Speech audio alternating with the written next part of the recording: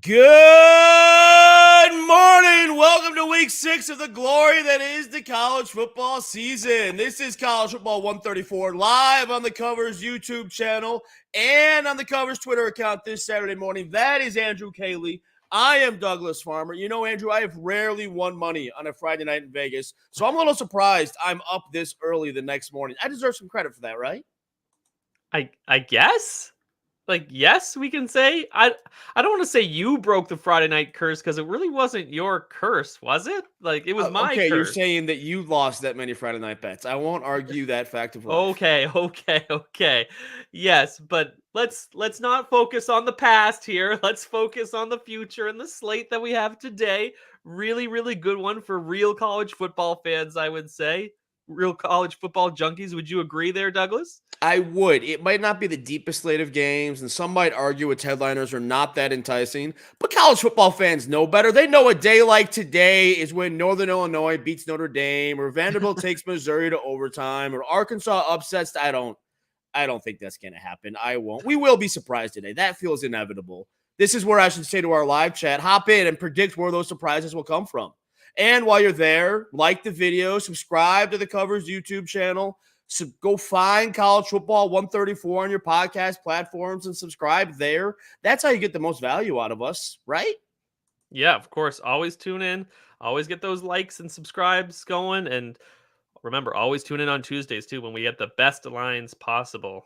We should try to find some remaining value. There's not much remaining value these Saturday mornings. Tuesdays are where we cook, but let's see what we can find on this week's slate, week 6 slate. And now I'm surprised you've sat quietly. It's been almost 2 minutes. We all know what you want to talk about today. Our most loyal listeners showed up at 9 a.m. on the dot for this reason. That is hopefully appropriate for work. Service Academy unders, folks. It is indeed Service Academy under season. Andrew, it's up. It's up to 37. Yeah, it's thank you. I know I have very few passions in my life, but Service Academy unders are definitely one of them. So I don't want to do the full rant. We did the full rant on Tuesday. Very quickly, under 44-9 and 1 last 54 meetings between Service Academy programs. They run the ball a lot. They move the clock, blah, blah, blah.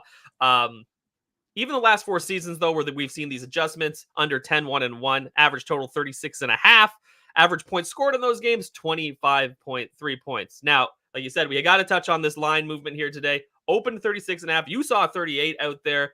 That was immediately bet down all the way to 34.5. Since then, though, all week, we've just watched it. It went to 35. It went to 35.5, 36.5, all the way up to 37. But now that I'm looking at the board again, I'm seeing 36.5 start popping up again. So that tells me Sharps don't really know anything about what's going to happen in this game right now. Yes, Navy's offense, as you've pointed out, looks really good. And this is a situation where one of the teams looks outmatched, nearly a double-digit spread here. But when you look at Navy's opposition this year, they've played FCS Bucknell. They've played your favorite team, Temple. Memphis. I'm going to object. We know my favorite team. I'm going to interrupt your little rant here and say, hey, Mr. Gerg knows my favorite team. There is no Emu this week. It feels like an empty void in my day today. Don't go putting the Temple Owls on me when the Eastern Michigan Eagles are out there. Yes, I apologize, but they're not playing this week, like you said. So, Temple, UAB is the best defense that Navy has played Memphis. Yes. Like that's not good. Like that is not a good opposition here. We talk about how sportsbooks can't really properly price the nuance of how these teams know how to defend the triple option. Like it can't be properly priced in. This matchup in particular is played under 3 straight times. The total scores in those games 26, 23, and 23 points. And that's games where Navy looked like the far superior. Air Force looked like the much superior team. And that's just not how those games have played out. So I bet this, like on Tuesday, I bet this under 35. So obviously I'd take the under 37 if you can get it still today. Yes, the overs are going to come back. And obviously some people think it's going to happen today. Can Navy win this game 35-7? Yes. but I also won't be shocked if Air Force wins 13-10. Like, nobody is talking about the out. You will be shocked, Douglas? Yes, I will be shocked if Air Force wins this game But at all. these are just these weird rivalry games, right? It's just like any other rivalry game in college football where weird things happen. They happen in these games all the time. Air Force was an 18.5-point favorite against Army last year and lost outright 23-3. Like, just weird things happen. So I won't be surprised. You might be, but I'm not gonna be. So I'm going to keep betting the unders as long as they're in this range or until we see these quarterbacks from Army and Navy start to really produce in these service academy matchups. Now, did you say last year Air Force was an 18.5-point favorite against Army? Against Army. Okay. I want to note that I have decided to place a bet on this game. I let you have the stage on Tuesday because, like we said, this is one of your few passions in life, and we all need those. I shouldn't step on your toes. For some of us, step all the way. Some of us, it's doing good in the community. Some of us, it's our families. For you, it's betting the under when service academies meet each other 3 times a season, maybe 4 times this season. I am now going to come in and kind of agree with you. Navy hates Air Force. I don't know that this is really public knowledge or widespread knowledge. It's true. Navy and Army despise the Air Force football team. It has easier admissions, at least for a service academy. You'll hear whispers of that getting used, maybe kind of arguably unfairly in recruiting. Fifth years have been allowed at Army since 2020, at Air Force since 2020, giving Air Force an advantage the last 3 years. By no coincidence, Air Force has won the last 4 matchups by an average score of 23.3 to 6.5 against Navy. Brian Newberry has been on the Navy coaching staff for that entire stretch. He, on the staff, is 1-4. He's a former defensive coordinator, always been a defensive coach. He hates Air Force. I'm going to take the Air Force team total under 13.5. I'm paying some juice, neg 132 at FanDuel, but I think Navy would really relish holding Air Force to single digits today. And that's how I'm going to take advantage of the Service Academy unders trend while also backing what I feel is the far superior team. I want to remind everybody, Air Force's offense, when playing teams that are not fluent in the triple option, has still had quality possessions on only a fifth of its drives. Navy might shut that down entirely. Any risk for your over, I think, comes from Air Force having 3 and outs and 5 and outs and 3 and outs and 5 and outs, giving the ball to Navy's explosive offense too often. Well, my bet can slide through that possibility and still get home. The Air Force team total under 13.5. Let's say, well, even in that scenario, give me a 28-3 win then for Navy, which still goes under. And I did that math at one point this week. If you take Navy's offensive rates this season against teams not fluent in the triple option, Navy would need 14 possessions to reach that number. Now, they could be more efficient today, obviously, but they're not going to have 14 possessions. So I still like your thought process there as well. We do have one, John Metler. I don't know if you've ever heard of him. He's in the chat asking he'd like to buy that shirt. What you would sell it off your back, wouldn't you, for a price? There's always a dollar amount. Yeah, John. What do you want to? I'll ship it to you. You can wear it to a Tigers game. John, I suspect the cost of that shirt is proof that you have bet the Service Academy under today. I suspect that may be. I want to see the ticket. I want to reply to this tweet, and I want to see the ticket from Metler this week. I want it. I want it so badly. There's so little I want in my life, but I want to see Metler on an under Service Academy in this. Hey, matchup. I tried to help you get him to the window by pointing out that it's not just Service Academy unders we bet. We bet all totals this low. That is a flaw in college football math. If you exclude Service Academy totals, games with totals of 38 or lower since 2013 have cashed the under 55.3% of the time. Totals of 36 or lower, and we might get there today. This line is moving. Totals of 36 and lower have gone 9-21, and I'm excluding Service Academy. So they cash the under 70% of the time. You want that because the books just cannot do the math of these different styles when they're putting together their numbers, the math, the formula, the power ratings. There is a flaw in the system in that regard, and I thought that might get John Metler to the window. We haven't seen him there yet. It certainly didn't work here on Cartagena. taking the over. We're sorry for your loss when that comes later today. I'm hoping so, but I love when you bring math to the table here, Douglas. I'm expecting, like, are there tweed patches on the elbows of that blazer? Like, that's how much math you've brought. No, the these blue days. blazer I usually wear has the tweed patches, but you are not Perfect. observant enough to notice that, which, well, look who we're I working don't with see here. your elbows on here. You're not up here like this, dropping bows on me. You'd love to sometimes, but I suspect our usual camera angles you have seen. I'll go back and find the replays just to further embarrass you. We should move beyond wardrobe choices. Your Service Academy undershirt, me dressing the part as someone who will take this show seriously at covers.com, and move on to Iowa at Ohio State, 3:30 Eastern time on CBS today. When I saw this fall, the neg 18 late Thursday night and into Friday morning, this opened Ohio State by 20. I added Ohio State by 18 to my Friday column. I don't feel good enough to put that in the podcast, but I added it to that late Friday column because the value of that number stood out to me. yeah, I get it. I think Iowa's offense is for a bit of a rude awakening today. This Cade McNamara has proven to be not that effective quarterback for this new look and new and improved Hawkeyes offense. They still obviously rely on running the ball, which they've done a decent job of this season, but that's running into the teeth of this Ohio State defense. They're giving up just 1.8 yards per carry this year, and they rank second in the nation in EPA per rush. Yeah, so I see a lot of issues for Iowa when it comes to scoring in this matchup. I'd lean Ohio State, and maybe the Iowa team total under. I believe that's 13.5 right now. 2 touchdowns seems a little lofty for the Hawkeyes, I think, in this game. 23 minus 9. Yeah, it should be about 14, 13 and a half, anything in that range. If you can get that under 14, or if you could get, instead of 13, 14 would be a great even number. 14, yeah. I would pay some juice on that.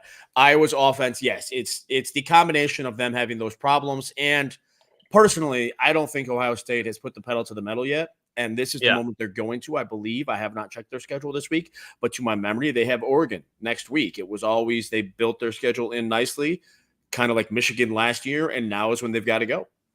We've got Todd Clinton saying he took the first half over 23.5. I can understand that. That is, Ohio State gets up early. Iowa is Iowa. That makes a lot of sense to me. Yeah, it'll be interesting. I'd like to see how they defend Jeremiah Smith in this one. So that's what I'm going to be looking at early on. Like anytime we mention Ohio State or Alabama, and I don't mean this one as a criticism, anytime we mention them, your response is going to be Jeremiah Smith. Or they're good. Ryan Williams. There we go. Ryan Williams. Like, yeah, we don't usually have freshmen in college doing what they're doing right now. Yeah, that needs to be part of the analysis anytime they're mentioned. Absolutely. People are saying Ryan Williams would be a top 10 pick if he went into the draft this year. That's what they're saying already. We were saying that about Marvin Harrison Jr. 3 years ago. Like that's not unprecedented. And he was a top 10 pick. Right. No, we've had a receiver kind of in the mix like that for the last few seasons. I'm not too stunned that we have that thought. You know what 2 teams don't have receivers like that? You know what entire league doesn't have receivers like that? The ACC.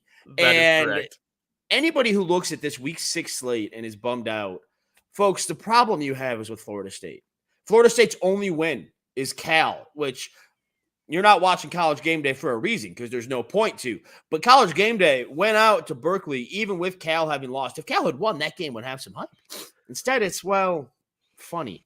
And Florida State being terrible has really lessened the allure of this Clemson matchup today. Clemson is now moving to be a 16-point favorite for that primetime game on ESPN. And you're not using spreads and point totals to create an expected score is not the intended point of those numbers, but it always helps create a frame of reference. And when I see a final score suggestion of Clemson 30, Florida State 15, Clemson 31, Florida State 16, man, every time I think about Florida State, it's somehow worse. That's not wrong. Like, they're also making a switch at quarterback. Not by choice. Not by choice, but maybe by choice a little bit. Broken fingers are generally not good for throwing the football. I know, but do they really? Is there anything that DJ has done that has been inspiring this season? You don't know this. You don't know. You're setting me up here.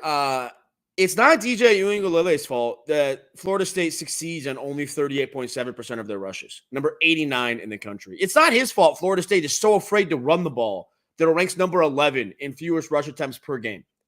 Florida State's greatest flaw is not its quarterback. It's its offensive line. Now that offensive line has to protect a less athletic quarterback in Brock Glenn, I do not see this going well. All due respect to Brock Glenn, I do not see this going well at all.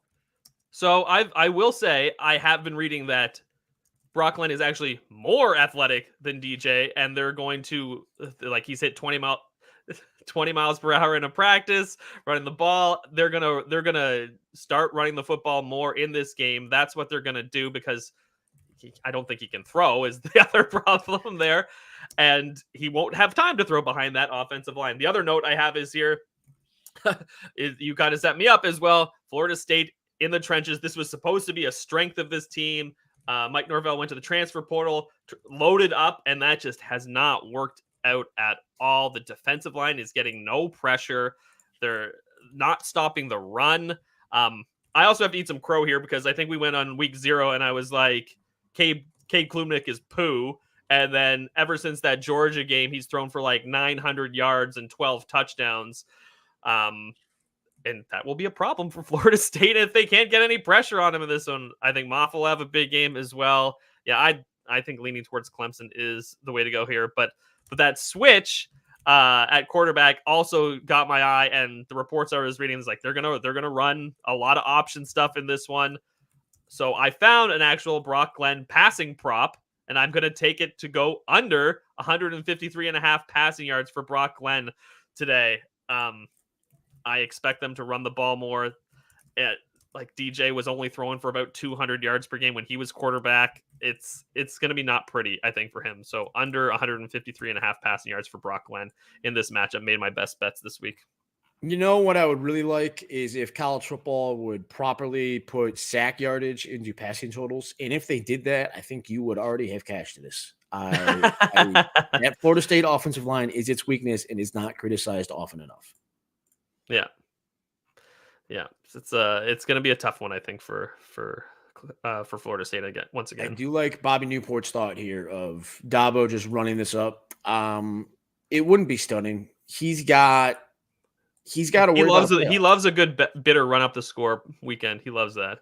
But he also, yes, if Clemson wins the ACC, they're into the playoff as a top 4 seed. Dabo's got to go worry about what if we go 11-1 and lose in the ACC championship game. Would the ACC get 2 teams in? I think so, but you can't assume that, especially not with the way the SEC is setting up so top heavy. I could see him trying to impress some people with a primetime game on ESPN. Yep, 100%. And it's going up against, over on NBC, I don't want to call it a dud of a game, but Michigan at Washington is not doing a whole lot. Call it a dud. Do it. It's a national championship rematch in name only. Michigan returned 5 total starters this season. Washington returned 2. Neither team brought back his 2023 head coach. This has nothing to do with the national championship game, even though I'm sure the NBC broadcast will try to frame it that way. This is the number 10 team in the country as an underdog against a 2-loss team. That's not we've covered some of this Tuesday. Washington kind of deserves to be 5-0, but this is a sport played with an oblong ball. Michigan does not have a passing game. I have very little excitement for what could have been an exciting game if Michigan thought about having a full football team. I like Bobby Newport just said, what does Washington's D-line do today? I think they focus solely on running the football, or on stopping the run from Michigan, because Alex Orji has proven that he's not an effective passer, or that Michigan coaching staff have proven that they do not believe that he can be an effective passer, and it's been quite apparent. My gut says under, even at this low 41.5 here.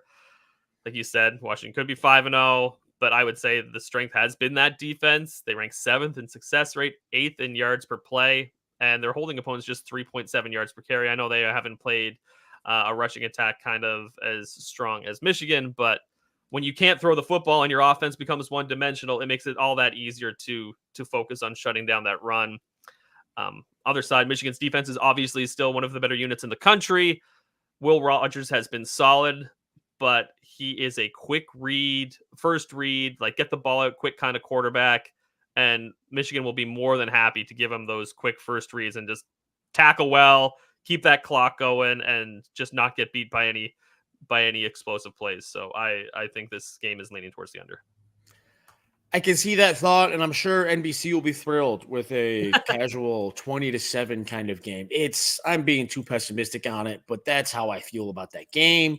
One I am more excited about, which is odd for me because it's the SEC, and we both know I don't like the NFL's cousin. You're corporate. You're going corporate. If producer sell Jameson out. is going to put it in the thumbnail for the show, I kind of need to at least acknowledge Missouri at Texas A&M at noon Eastern time on ABC. We both found ourselves rather surprisingly on the Missouri money line on Tuesday, plus 110 then. I believe it's up to plus 120 at some places today, probably partially I've seen plus because 125. Connor Weigman is a game time decision. I think he's trending toward playing. We will see if that decision is made. Tuesday was a rare moment of you and I agreeing with each other, which that Air Force team total under earlier showed. We've done that too much this week. I'm uncomfortable with it. It's not our usual status quo. When I joined you on that bet, I was literally looking up the price at the exact same time that you went with it. Did that lessen your confidence in Missouri winning this game outright? All said and done, I actually, even if I don't like you, I respect your ability as a college football analyst. So I I still have confidence in it. And even though like I'm looking at the line moves now, like I'm seeing 2.5. Like we were talking about it was 1.5, 2 on Tuesday. I'm seeing as high as plus 125 on the money line right now. And I think that's got to only be because bettors are not having a lot of confidence in those two performances from the Tigers against BC and that overtime win against Vanderbilt. But as we said then, like my feeling is that both Boston College and Vanderbilt have been pretty underrated heading into this season. So those are tougher matchups than Missouri was expecting. Also, like weird scheduling for them. They had 4 straight games at home to start the year. Maybe you and you look at it and you're like, oh, it's Vanderbilt. Like you get a little lackadaisical. It went to overtime. This might have lit a fire under them. Now you're going to Kyle Field as an underdog. But I look at the rosters. I said this before. I think Missouri has the more talented roster top to bottom right now. They're playing the numbers say they're playing much better overall right now. Connor Weigman starting does not inspire any confidence in me. He was not playing well before he got hurt. And Marcel Reed led them to 3 straight wins. Maybe we'll see a mix of both of them. But I don't know. What's the old saying? If you have 2 quarterbacks, you don't have one. I'm sure Mizzou's planning for both. Like they rank 13th in offensive success rate, 4th in defensive success rate. This is just a solid team, and I think that shows up this weekend. Their best players will be better than the players on Texas A&M. Luther Burden will show out. Like this is, I still like Missouri here. I want to make sure you're aware. Take folks behind the curtain a little bit. We're having a little bit of technical difficulties with our camera angles today, but we still have previews of some slides we have and of producer Jameson. And when you said, I might not like you very much, but I respect you as a college football analyst, producer Jameson went from taking notes and drinking his coffee to focusing on the screen, checking the timestamp, and very clearly taking a note of the time. I don't even have to ask him to clip that. That will be clipped for me. I love it when, 1, he's paying that close of attention, and 2, you are giving out compliments. It's a nice way to make Saturday mornings more tolerable. So thank you for that. It was very considerate of you. I appreciate it. I wouldn't rather be anywhere else. This is where I want to be on a Saturday morning. I could think of about 4 places I would rather be, but we can get into that later. I was about to take us to a rapid fire segment, but before I do that, let's treat this comment like a rapid fire segment. Andrew, Marshall, App State. Last I saw, App State was a 3.5-point underdog, I believe, on the road. Does App State show up today? Not that defense doesn't. Like I have no confidence in that defense to show up. So like I'm avoiding App State at this point. They need to start showing what they can do on the field before I can have confidence in them again. And at this point, quite frankly, it's down to 3 or even 2.5 at FanDuel. At this point in the Appalachian State season, they've got more important things to worry about. I suspect it has been a tough week for them to focus. Now, if they come out and turn that around into motivation, all the more power to them. But I would not be that worried about this game if I was living in Boone, North Carolina. Disasters of hope everyone's okay there, and it's a very tough thing to handicap, and that's just our job. We're trying to find angles. It's tough. So hopefully they can come out and put on a good effort, but if they don't, you can't really blame them. And before we get to that rapid fire segment, we should thank you, Tyler. At least one of us looks as handsome as ever. I'm not going to say which one of us. Bobby does feel Marshall's neg 3 is, that I'm not in the business of predicting how 18 to 23-year-olds will react to the most traumatic moment of their lives. And that is what the Appalachian State locker room is. Could go either way, and that is why I am not even considering coming near that game, aside from mentioning it here in the show. Now then, Andrew, should we do some rapid-fire work so that we can sincerely tell people we discussed more than 5 games before getting Correct. to our best Let's bets? do it. Let's go. Purdue is a 12.5-point underdog at Wisconsin after firing offensive coordinator Graham Harrell. Surely, all will be fine for quarterback Hudson Card and company now, right? Right? This game is being played in Madison. Yep. Yeah, no, Hudson Card will not be fine. That offensive line is still the same. And if you can find me some Wisconsin running back rushing numbers, I might dip into some overs on those guys as well. I should say that line, since we went live, has fallen by a point to 11.5, or some books 12. That is a reflection of Wisconsin's offense, not faith in Purdue's offense. Bobby Newport is telling us to burn the tape of that game. No, I won't. This is how we find value next week. We find value in fading Purdue next week. We find value in figuring out if Wisconsin's offense has put things together without Tyler Van Dyke. It did break its team total at USC last week, in part thanks to an 18-yard touchdown drive. I'm not bitter. I'm not bitter. Next on the rapid fire explosive segment. Play when they have no explosive capabilities. I'm not bitter. And next on the rapid fire segment, Mac Brown. This is do you agree or disagree? Mac Brown will announce his resignation in this month, the month of October, though probably not effective until season's end. He's not retired already? Like, the way I was watching the last 2 games, I thought he wasn't there already. North Carolina is a 2.5-point home underdog to Pittsburgh today. That is bad. That is bad. As someone who was on North Carolina money line last week and was like, hey, Doug, this is looking good. They're up 20-0 in the third. I did say at the same time, I immediately followed up, this is looking okay, but it's North Carolina, and I am not out of this. And of course, they blew it there. That retirement is happening soon. I believe on the show I said I was leaning against you, but I wouldn't make it a show play. I'm gonna go ahead and confess something to you that I haven't told you yet. I can't. I took the Duke live money line at halftime. I can't believe I took the live money line at halftime that day. Of course you did. Yeah. I saw value. Treachery. This is treachery.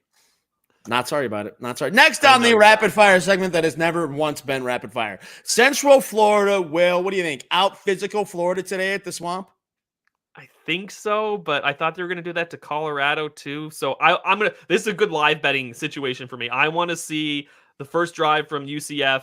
And then I think that Quiddo meter will fill up real quick for Florida. Sorry, producer Jameson. And he's saying he wants to hop on in. Producer Jameson, what would you? That's too bad. Now Andrew, I don't know if you noticed last night. Producer Jameson made this graphic on his own spare time because that is the sad life of Florida fans. And then at my request, he chose to convert this file type so I could include it in the show. I don't know why I would have asked for it. What was that? Those are the big red eyes, right? Those are the Western Kentucky. Producer Jameson confirm. Producer Jameson made some bad choices. Give me a thumbs up. Yes, those are the West Kentucky eyes. Right now, he is too angry to respond to anything we say. Like, you can't give me this material on your own if you don't want me to use it. You made this choice, Producer Jameson, our resident Gators fan. I will be looking at the live betting item that you mentioned. If Central Florida goes up early as a 1.5-point favorite, I will take Florida to quit. I will find Central Florida by a touchdown. If I have to get the touchdown on a hook, I will do that. Yeah, that's kind of what I'm thinking. And our last item in the rapid fire, I'm bringing this back because it was so accurate last week.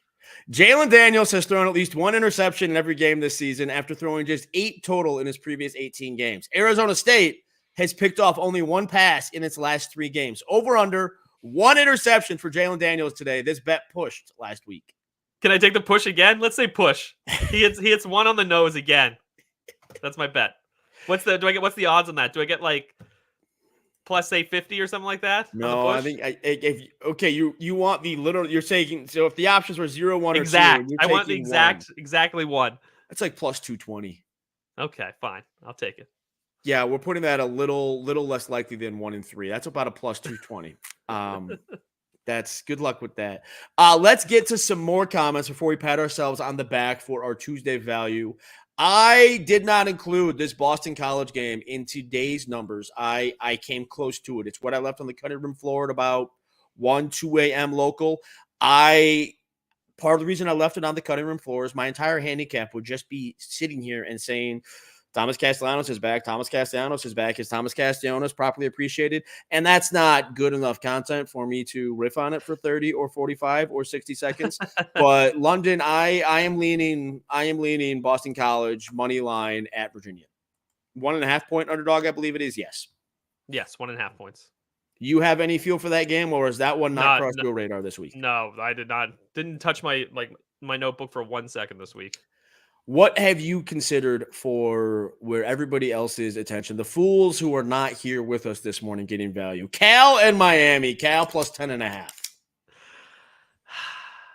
We want to fade Mario Cristobal, right? Like we do.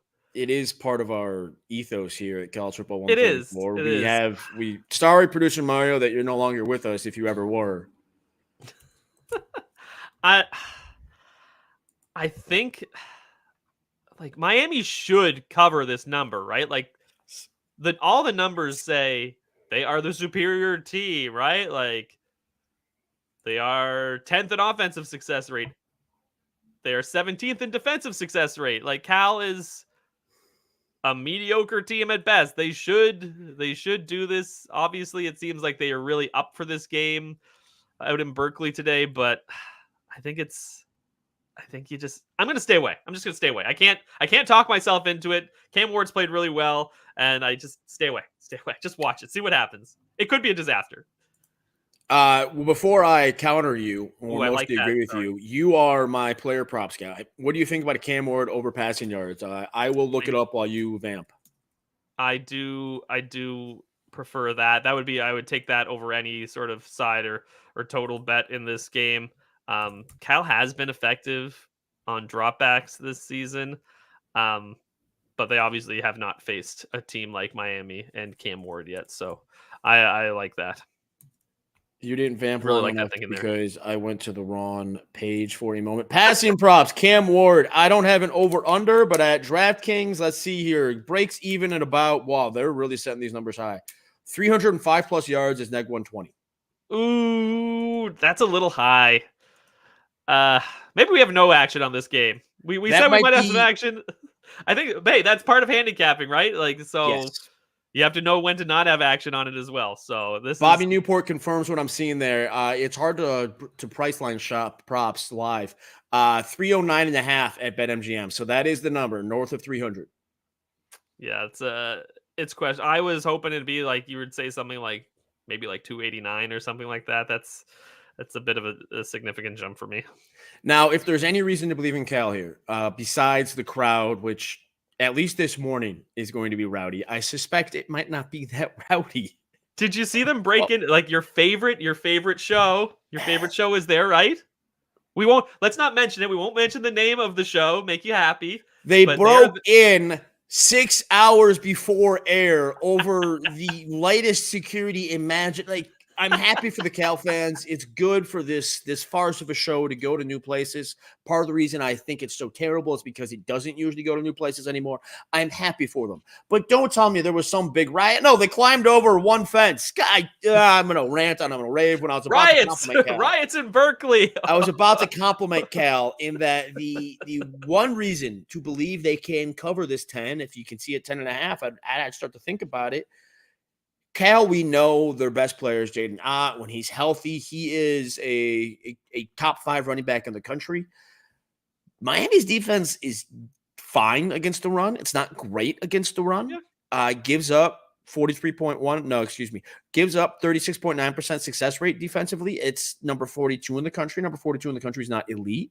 Jaden Ott were to find a rhythm, then maybe maybe Cal can get somewhere with this. Maybe. And let's go to one more before we get to our picks. Mr. Gerg, I put the SMU money line in my best bets column. I got it at plus 210. Part of the reason I'm not including it today is because I was tempted to take the plus 7, and that felt cowardly. My column took the money line plus 210 outright, and I did not want to seem like I was being cautious on this show. Well, there's nothing to. I think you made the right play there. I think we all know how I feel about Louisville's offense. It is a sham. It is a farce. It is a guy talking. You have not been quiet about it. Loudmouth at the bar about how successful he is with women when he won't even order a drink from the attractive bartender. That is the Louisville offense. I have no faith in it, and I think now is the time. The fact that I'm the one sitting here backing SMU is a sign of your cowardice. This is the team you have always vouched for, and I have really taken that mantle from you. Wow. Just like that's not even a stray. That's just like lining me up and just taking a shot. Wow. Thank you very much. Maybe because of that fraudulent offense and what we've seen from SMU this year, I don't know if the under is a terrible play either.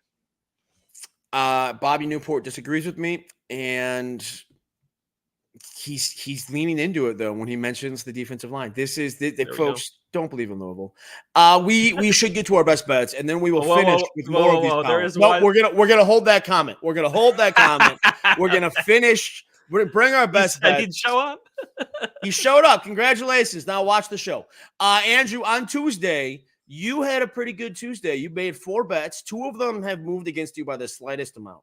2 of them have moved for you. The Missouri money line that we both sided on went from plus 110 to plus 120 or plus 125.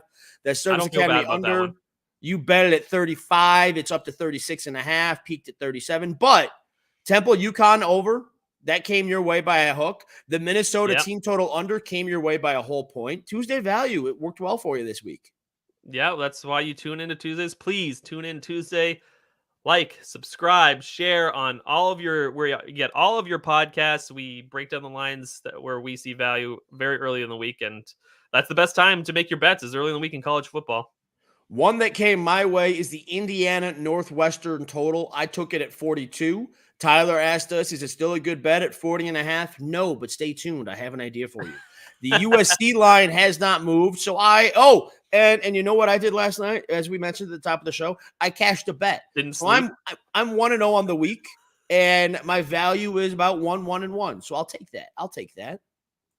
As you said, go ahead. Yeah. Sorry, no. I just wish UNLV had come through with that. I was also on UNLV. I was on the -4 with you early, and I took -6 again last night, and it was tough. It was tough to watch at the end there. The show cashed the over. My column bet cashed the team total over. I will take that. You're selfish is what you're saying. You're a selfish person who only cares about yourself. We both our faces. I don't know if you noticed this. Both our faces are on the screen right now. We both are affiliated with College Football 134. We are the only names affiliated with it. So me getting you a Friday night win looks good for you too. I guess we could look at it that way. Please like, subscribe, review College Football 134 on all your podcast platforms. That Tuesday episode gets you that UNLV over, gets you that Indiana 42, gets you that Temple UConn over 49.5. These numbers are no longer available on Saturdays. Tuesday's show is where the value is. Saturday's show is where the entertainment and some better conversation than College Game Day is. And on that note, Andrew, can I start us off with more value today? Of course. Lead us off. Bobby Newport is lamenting he didn't get that Indiana Northwestern total at 42. As you should. 42 is a key number. 40.5, clearly less value. But you know what you can still get? You can still get the Northwestern team total under 13.5, priced at -115 at Bet Rivers. There are 3 thoughts here. Well, 4, when one of them is the stadium is on the shore of Lake Michigan. This is not an exaggeration. If somebody shanks a punt, it can go in the water. There is no other stadium with this kind of wind effect that we have not yet to properly diagnose. Today, there will be 16-plus mile-per-hour winds. Hey, related, totally out of nowhere, Northwestern's kicker, Jack Olson, he's 5 of 8 at home this season. Gee, I wonder why. And then let's just very beautiful. Martin Stadium, so beautiful. Beautiful. It is gorgeous. It is. I may or may not be in Chicago next weekend, still figuring out some plans. I'm really disappointed that Northwestern plays on a Friday out of town. If it was playing at home, that trip would be. So anyway, I am looking at that total and I'm thinking 13.5. That's pretty low, Douglas. I mean, Northwestern just needs 2 touchdowns. Indiana gives up quality drives on less than a quarter of opposing possessions. Furthermore, Northwestern does not finish its quality drives, ranking number 128 in the country in points per quality drive at 2.28. Anytime points per quality drive is lower than 3, you have to realize that this team would be better off just kicking field goals. No, wait, Northwestern wouldn't be better off just kicking field goals because this kicker is 5 of 8 at home. Northwestern's offense is going to have a lot of problems today. So Tyler, Bobby, avoid that 40.5. Go get the team total under 13.5. And yes, Bobby, it's better than just scaffolding. It is a temporary stadium. It's much better than scaffolding, but it is a temporary standings built on a practice. But you look at it's those thin metal seats. Like, you're not going to get much. Like, you're either standing the whole time or you are I remember I went to this. Here's a bit of Canadian lore for you. I went to a Grey Cup game, which is the final for the CFL, and they had the temporary seating there as well. Just minus, I think it was minus 10 Celsius, which I don't know what it is in Fahrenheit. We can argue about Fahrenheit and Celsius some more. But those stands get so cold and it's so miserable. So yeah, it's beautiful, but it's a tough environment. Then why don't you take us somewhere where the environment is more cushy? Yeah, that's Tennessee right now. Things are looking real cushy for Tennessee these days. Hype around this team. It looks like it's growing every week. I mentioned it last week. This is what was first 3 weeks outscored opponents 191-13. Nico looks legit as a Heisman candidate. But I think this is something you brought up in the past. The reason to believe, if there's reason to actually believe in this Vols hype this year, it's because of that defense. And so for that reason, my first bet today is going to be Arkansas under its team total of 21.5. That's a little juice, minus 128 over at FanDuel, but a lot of 20.5s out there now. So obviously another big number there. I really prefer the 21.5 here. Tennessee, first real test against Oklahoma in their last game, and they made Jackson Arnold look so bad that he doesn't have a job anymore. Like, that's what they do. Like, nobody's talking about how this Tennessee team leads the nation in opponent yards per play and defensive success rate. James Pierce is a monster. He just makes life really, really difficult for opposing quarterbacks, and I like them to eat today against Taylon Green and the Razorbacks. Green got off to a good start in that game against Oklahoma State, but since then he's really, really struggled. He's completing just 49% of his passes and 6.3 yards per attempt, with more interceptions than touchdowns over the last 3 games. Razorbacks ranked 90th in offensive success rate on dropbacks and 87th in EPA per dropback. So they're not doing anything well. It's just a tough spot for them here. They scored just 17 points in that last loss to Texas A&M. One of those scores came on an explosive play, which I'm not sure Tennessee is going to be as likely to give up. Like, while that Aggies defense is solid, Tennessee looks better. So under 21.5 points for Arkansas in this one against Tennessee. You know, I agree with you simply because I have that faith in Tennessee's defense. Defensive lines are a strongest link-driven item, and they have multiple very strong links. That is a bet that I'm not on it, but I suspect that's going to be one that I try to see what number I can get as soon as we're off air, because I see that value that you're talking about. I'm going to stick with the NFL's cousin, and I'm going to make an SEC bet. Are you okay if I make an SEC bet? Look at you. We're getting you. You're coming over here. You're slow. We're breaking down those walls and accepting the fact that the SEC, there's so many teams there now. It's not corporate. It's still college football, buddy. It's okay. It's okay. Look, I'm willing to engage with it.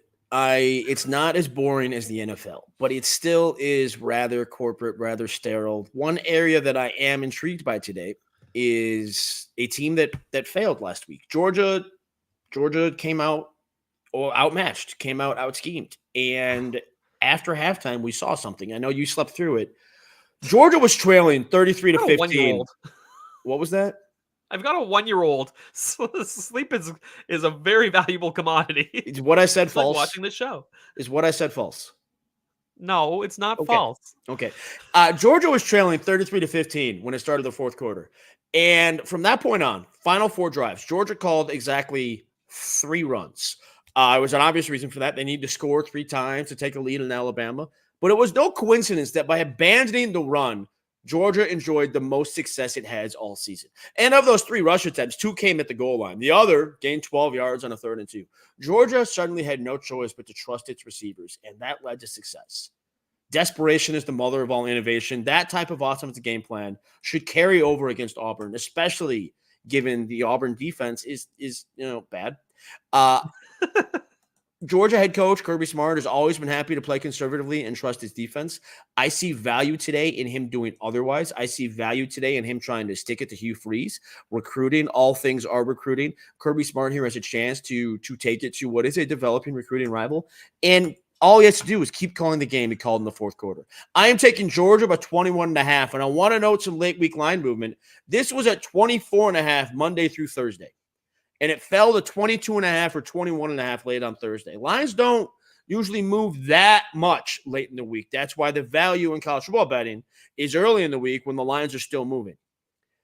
I will take this depressed number, 21.5. I think it shows too much faith in Auburn, especially given we finally saw life out of the Georgia offense in that fourth quarter last week. Yeah, I like them in the first half too. That's probably going to be like 12 or 13.5. 13.5, I believe, is a consistent number.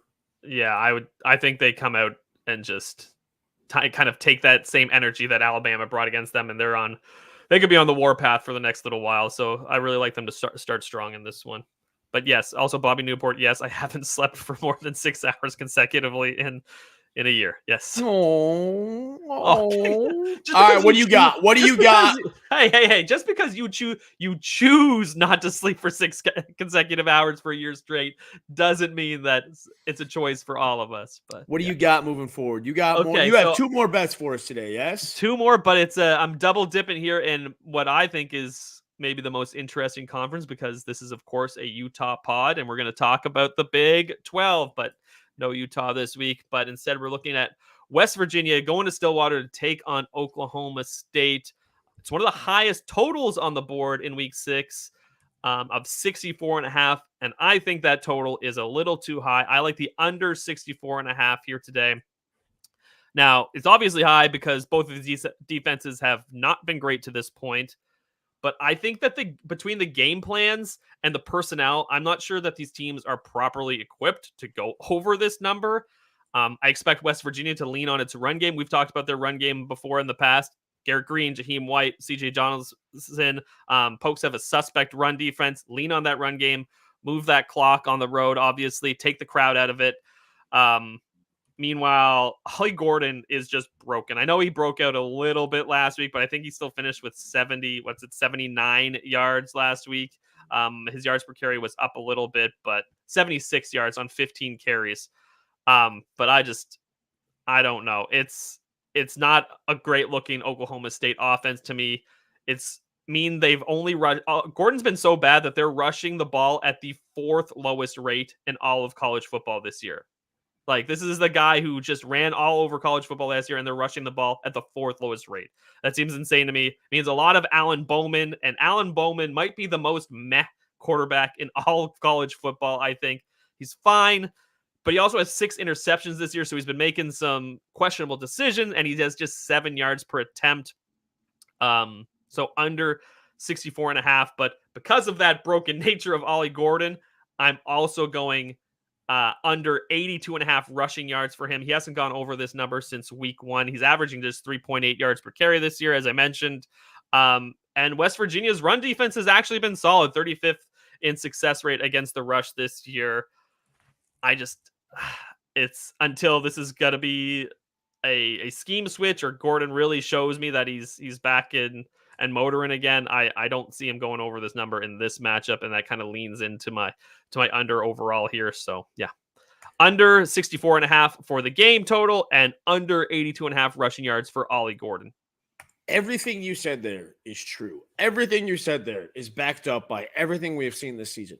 The only reason I am not aggressively betting with you, the only reason I am not aggressively betting West Virginia, is we have seen Mike Gundy do this before. He didn't realize there was a 12-team playoff this year. He figured he had no chance of making the playoff.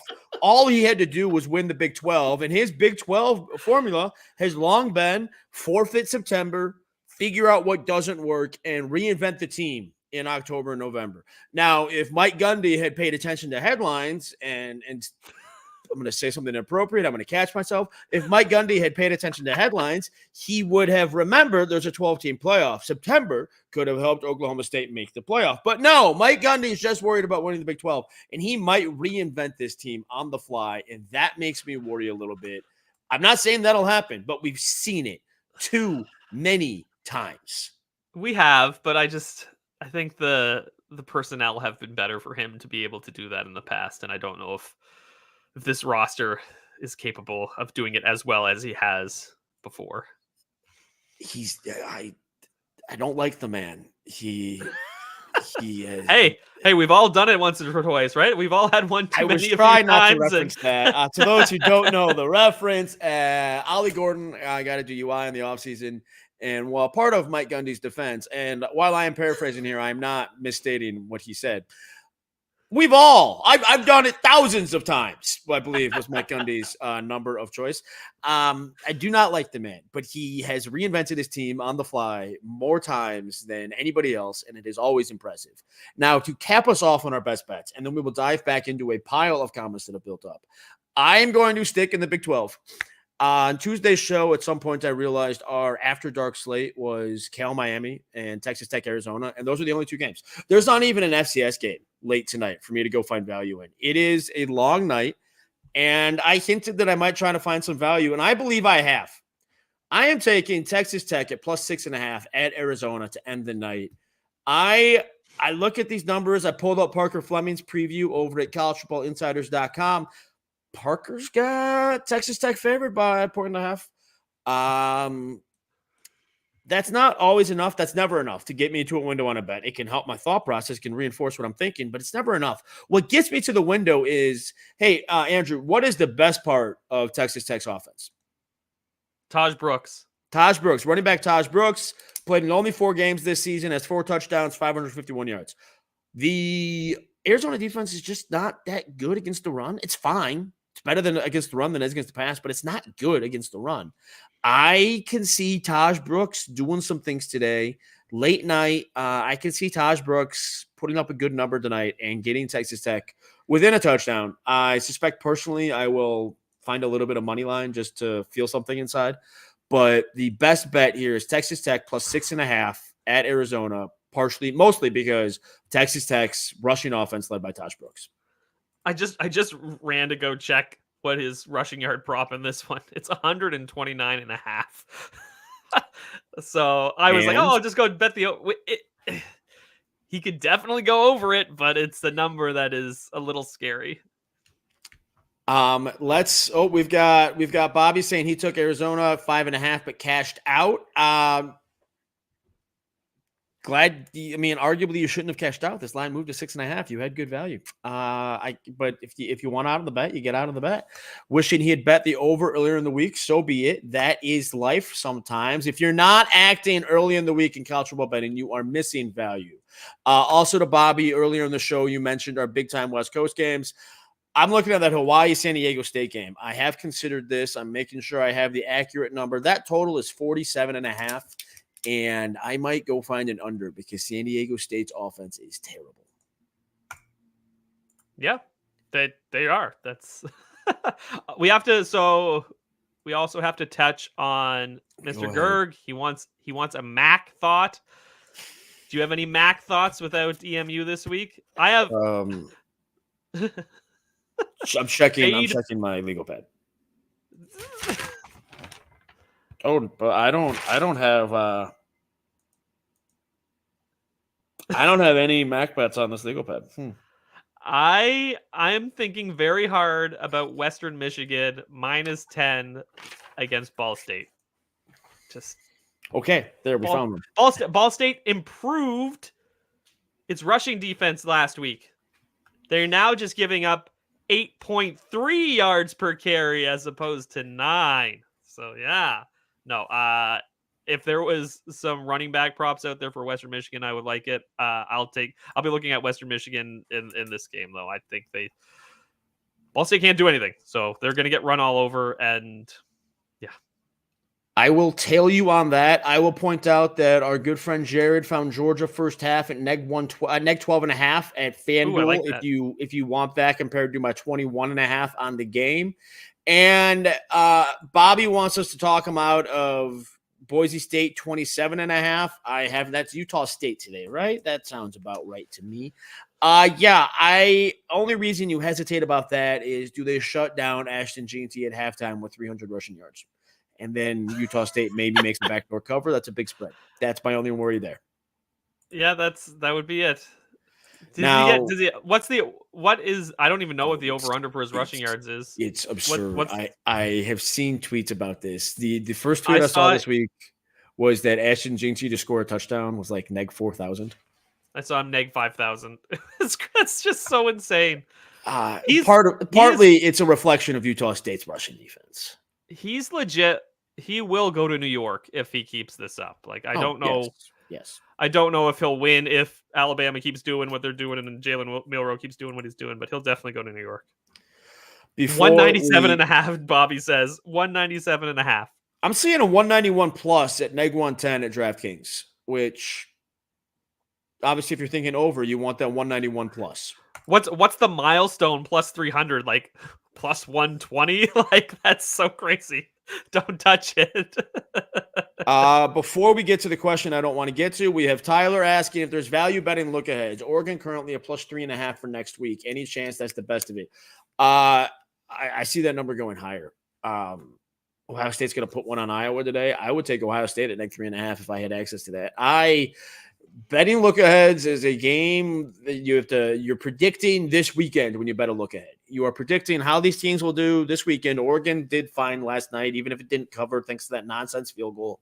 Oregon did fine last night. There's Ohio State. Basically, if you're betting Ohio State today, you bet Ohio State on the look ahead because you're saying Ohio State's going to improve itself in people's eyes. If you're fading Ohio State today, another way to fade Ohio State is to take Oregon at that look ahead number. Yeah.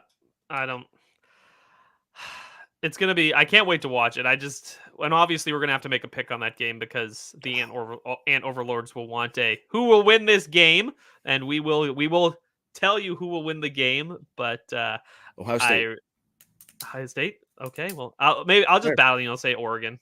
I'll take the week off. I already answered the question. We have one last question. We made a promise to a coworker. If he got up, dragged his keister out of bed, or just grabbed his phone from the bedside table and asked us on the chat, we would reply, when is it a good time to bet Colorado to make the college football playoff? Andrew, you take this because you indulged him in the first place. So if you look at a lot of our tweets, they include numbers for gambling help. And that's what you should do before you make a CFP bet on Colorado this season. I got called out on Twitter last week too, because like I said, they'd rumble all over Central Florida, and obviously they didn't. But the issues remain the same. They just haven't played too many good football teams. It's going to catch up to them. I heard that they're going to be favored in a bunch of their games down the stretch. I still don't see them as much more than a 6-win team. Like, that's what the numbers say to me. That's what I see on the field. Like, I don't know. I'm not touching that. First of all, I still think that the Big 12 right now just looks like a one team playoff conference right now. First of all, at the moment, BetMGM has Colorado at 12-1 to make the playoff. I try to be consistent in using BetMGM for these regards, not only because of corporate overlords, but it's best to be consistent when comparing lines week to week of what book you took it from. Colorado at 12-1 when it still has Kansas State, it still has a team that you may or may not know, maybe you haven't looked at this season, named Utah, and Oklahoma State. I don't see Colorado winning all three of those games. And not only would it need to win all three of those games, it would also need to win the Big 12 game. Big 12 title. I don't think Colorado can lose. It can't lose a regular season. I will be surprised if Colorado wins 2 of those games. I will be surprised.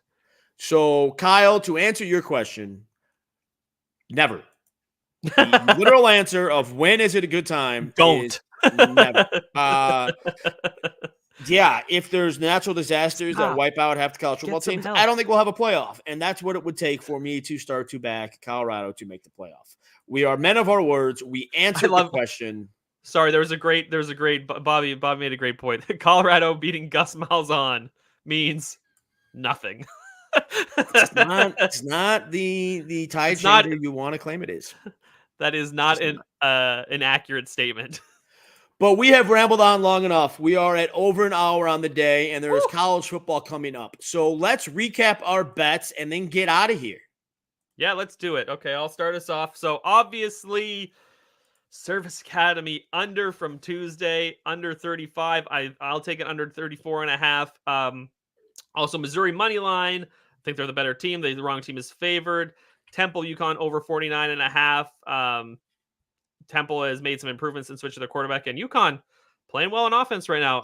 And Minnesota team total under 20.5 versus what we still think is an underrated USC defense. Today, I've got Arkansas under its team total of 21.5 against what I think is a very good Tennessee defense. FSU QB Brock Glenn to go under 153.5 passing yards. Oklahoma State running back Ollie Gordon to go under 82.5 rushing yards against Western Virginia. And West Virginia, Oklahoma State under 64.5 game total in that one as well.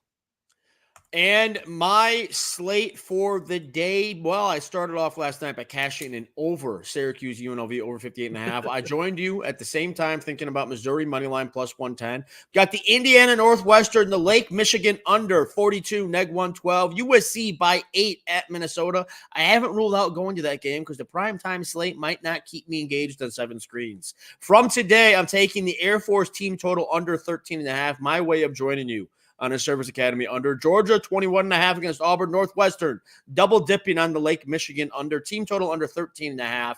And I'm taking Texas Tech at plus 6.5. I am considering that money line to answer a question that has popped into the chat as we get out of here. I'm not taking SMU plus 7. I took the SMU money line in my best bet column. Andrew, I think that does it for us. I think so. Great day of college football. I actually do like you a little bit. Just don't tell anybody. But yeah, we're gonna. I think it's a weird day though because of our mutual boards. I think we're either gonna have a really good day or maybe not. I don't know. I'm really confident. I'm really happy with the way it's laying out for us today, and I'm really looking forward to watching some good college football today. Enjoy the Saturday, folks. College Football 134 is in your podcast feeds and live every Saturday morning to preview that day's games and discuss all things college football gambling. So like, subscribe, come on back for more. We will record again Tuesday to find that value because deep in my dark soul, I believe Cam Rising will play again. Cheers.